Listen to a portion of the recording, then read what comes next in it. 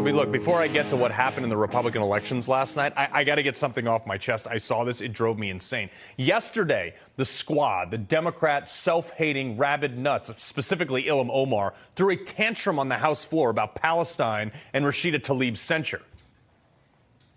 What is true here is that every single one of them has not acknowledged the fact that Palestinians are dying in the tens of thousands, but will continue to say it is us who are not acknowledging humanity. Rashida will stand strong. Gentlelady's time has expired. The movement will continue for liberation until every single Palestinian has the right to Gentleman from Maryland is recognized. I can recall about 0 times that she has cared this much about Americans and our problems here. When in the history of her entire time in Congress has she ever held up pictures of American children being killed by fentanyl?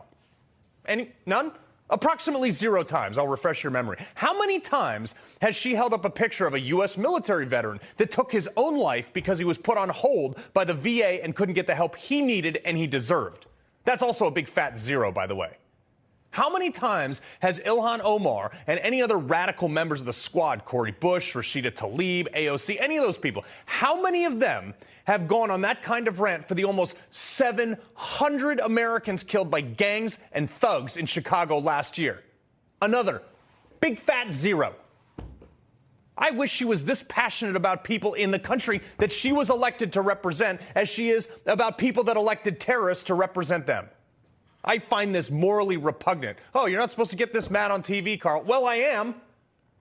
I'll just come out and say it. I think Ilham Omar hates America and what we stand for, which I find super ironic. Our country took her in as a refugee by our own good graces, gave her opportunities that she never would have had back in Somalia.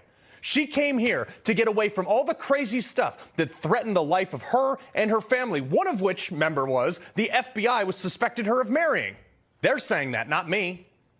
Instead, she brings all that crazy stuff into her district in Minnesota, which ironically is the #1 terrorist recruiting capital of the United States. That's according to the FBI, too.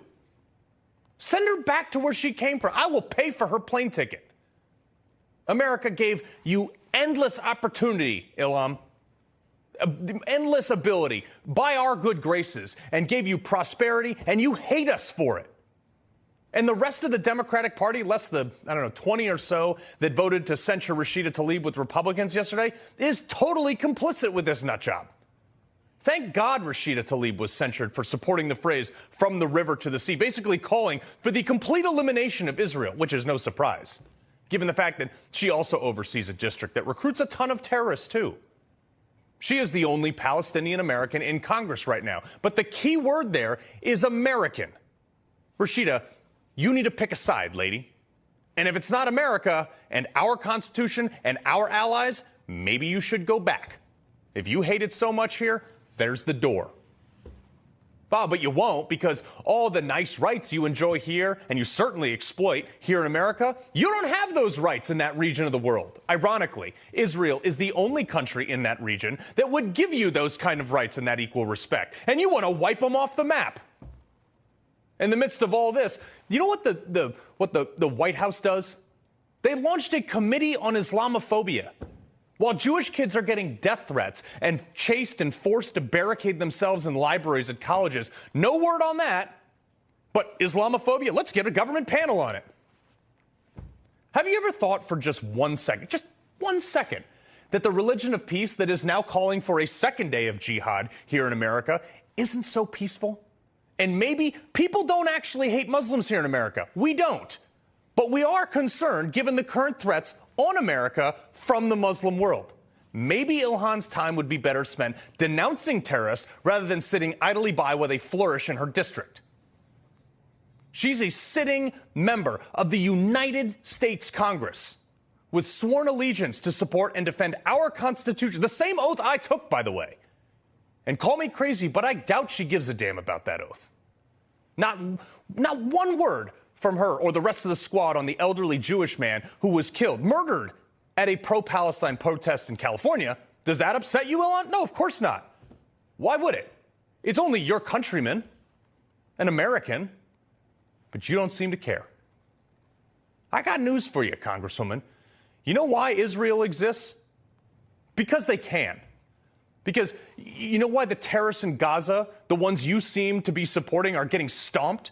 Because Israel, the people you openly hate, have spent the recent history creating freedom, prosperity, and military superiority instead of oppressing women and building terrorist compound bunkers underneath hospitals and schools. That's why. Our country, that all these squad nuts are elected to represent, is the beacon of freedom. We're the shining city on the hill. America goes away. All else is lost. There is nowhere else. And yet they hate it. Yet they stay here. I have sacrificed too much. I have sent too many of my friends home in boxes and bags to let people that America helped, given every opportunity to. I will not let them spout off from their privileged position about how awful they think we are. No, that's my right to shout back at you. I've earned that right. So you call me whatever you want, Rashida Tlaib, Istaphobic, phobophobe, or whatever. I am not that. But I am not going to sit idly by while you trash us and support terrorism.